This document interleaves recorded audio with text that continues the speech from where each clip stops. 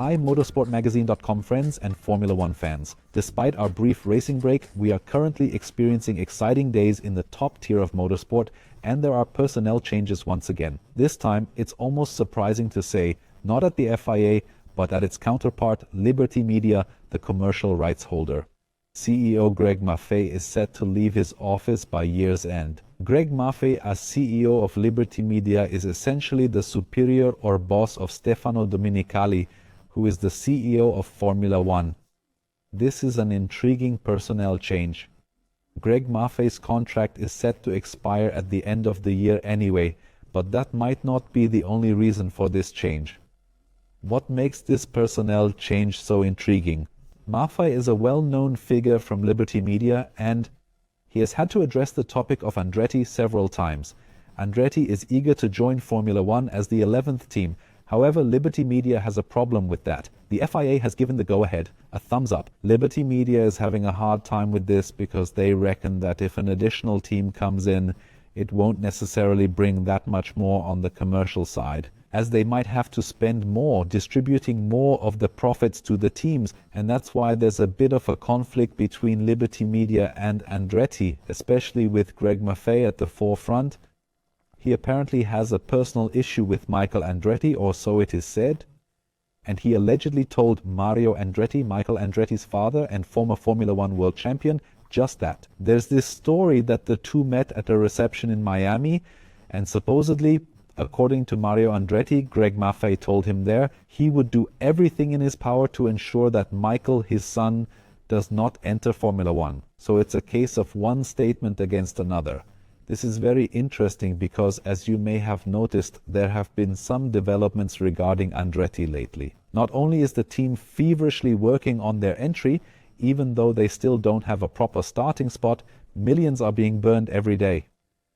Every month, there are legal developments that demand attention. In the United States, the Justice Department has stepped in, while in the European Union, certain questions have arisen. So, things are getting tight for Liberty Media, and this could mean that Greg Maffei may have to step down as CEO. Andretti's situation brings up the next question. What is the current status for Andretti? This positive development could favorably impact their potential participation. At this point, we are unable to say whether it will actually occur and when, but there are promising indications signaling its possibility. The entire Andretti situation seems to be related to personnel, as it appears there will only be an interim CEO for the first time, namely John Malone.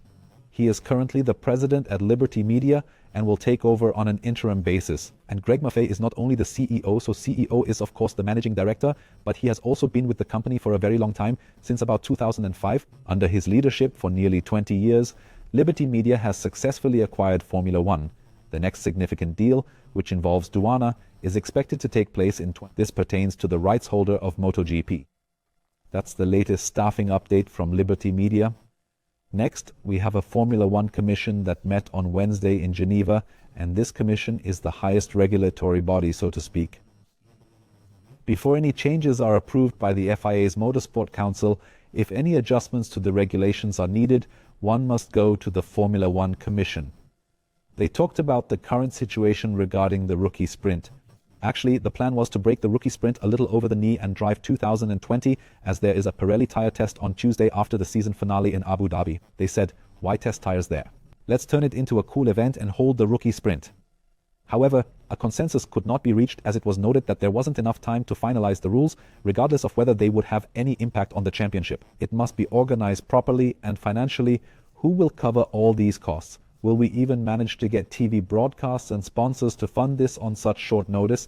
That's why it was stated. Let's pause and revisit this for the year 2020, taking a few steps back. Now, there was a Formula One Commission meeting in Geneva, and once again, they hit the brakes. Thus, the supporters are holding back significantly. According to a statement from the FIA, the rookie sprint will be introduced at the earliest in 2020. Until then, they will likely keep discussing where the money will come from. One interesting subject that emerged during the Formula One Commission's discussion was the final starting grid. Perhaps some people noticed in Brazil that there were a couple of vacant positions at the beginning. It's merely a minor formality, nothing major. Sure, Lennart Stoll turned away during the formation lap, but Alexander Albon's starting spot also remained empty. And this is a small gap in the reign that Williams took advantage of. he crashed in qualifying and couldn't participate in the race. Williams knew quite early that it probably wouldn't work, but they delayed the final confirmation for quite a while. They waited until 2 hours before the race start to release the final starting grid. This is an official document, and when the final starting grid is published, regardless of whether someone starts or not, the gaps will not be filled. That means the other drivers will not shift up. This was probably all part of Williams' plan to prevent the competition from advancing. They don't want this to happen in the future, so there could be changes to the starting positions later. Additionally, a big topic in the Formula One Commission, as we hear, was not officially discussed. Lex Audi. What's the deal with Lex Audi? It's about the budget ceiling. For the upcoming year, new rules will be introduced. Not only will the total amount be raised significantly, but there will also be a location adjustment for Audi or Sauber. Since they are located in Switzerland, they have much higher personnel costs, and the FIA has stated that this is a reason to act. To make an indexing adjustment, we have the autonomy to make our own decisions for the upcoming year. Up until recently, the FIA had sole authority over decision-making. We require approval from both teams and the FIA. Therefore, the FIA stated that immediate action must be taken. Otherwise, we will never achieve the approval, as 9 teams are not located in Switzerland. We are proceeding with this as they are not interested in raising the budget limit cap, which remains unchanged. We have documented this in the regulations for the upcoming year. Currently, the Formula One Commission has arrived, causing a wave of controversy among all teams, except Sauber Audi. So, as of now, there is still more to be said about this matter. The FIA is planning to thoroughly analyze the data of the teams. We will also explore this topic in more detail in a special video sometime during the year. Afterward, we will go back to Liberty Media, the company that recently disclosed its plans for a potential race calendar rotation, stating that it is increasingly probable, at least rotations for the European races. The European races are the more traditional ones, and being traditional also means they are typically commercialized or monetized. Financing originates from revenue generated by selling tickets. In general, Formula One does not receive a significant amount of money from the government for these races. However, they express the desire to retain at least a portion of the funding rather than losing it entirely. It is a key market and it is important for our main audience. This is why they are willing to accept it, but in a system that rotates the affected races in the future. The specific races that will be impacted are still unknown. The Netherlands could be one of those races, as could Belgium.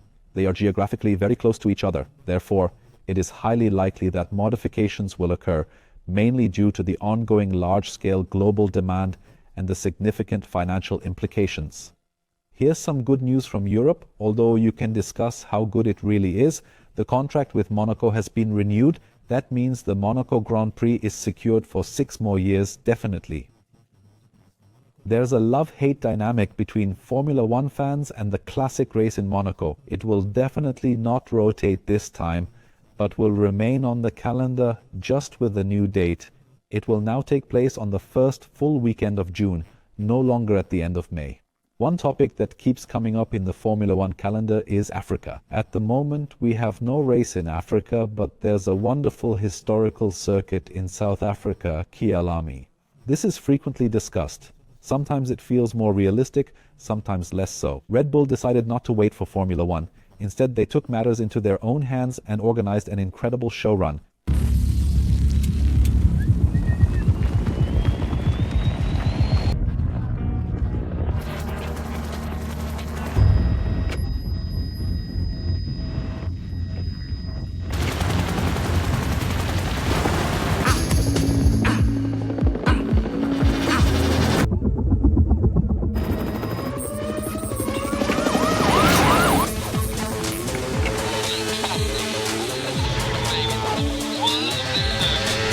Stunning visuals, just like we're used to from Red Bull, and David Coulthard is also doing very well. He's quite good in a Formula One car. You might have certainly observed the absolutely impressive execution of the show, as well as the extraordinary delivery of the car, accomplished by means of a helicopter. It looks super cool. Formula One logistics may not be as visually striking as other aspects, but it remains considerably fascinating.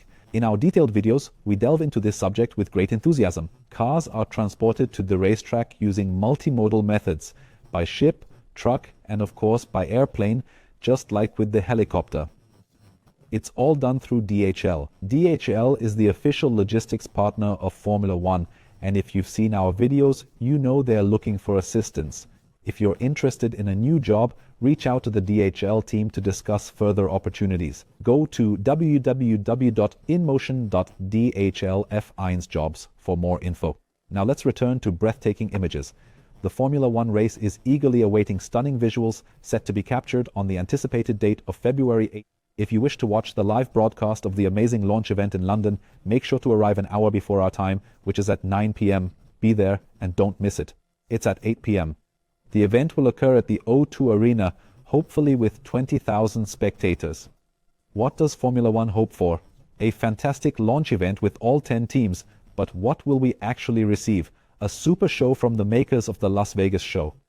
We'll likely have concerts too, but will we get anything truly exciting from Formula One? They at least promise us all the new liveries. It is likely that we won't have the opportunity to view all the newly released cars there, as it is near their launch period. The teams desire to have their own exclusive display. At that particular time, the teams will not have completed cars, especially not in London. The cars will still be unfinished. There are teams from Switzerland and Italy that would need to bring a finished car there. That is very, very unlikely. So it will most likely be... It is simply going to be a massive Formula One gathering, a start, if you wish. All those involved will attend in the stadium. There might be certain unexpected developments on the technological front. Maybe someone will be able to achieve it. Nevertheless, the primary focus will lie on the separate initiatives. Nonetheless, it serves as a pleasant start. What is the objective of Formula One? Unquestionably, their goal is to attract attention and generate revenue, for they are offering a total of 20,000 tickets that range in price from 70 to 130 euros, so those are quite steep prices for this event. I have a much better suggestion for where to invest your money, namely in Motorsport-Magazin merchandise. You requested it, now it's available. shop.motorsportmagazine.com, and maybe you'll find a really cool hoodie or a shirt or whatever your heart desires.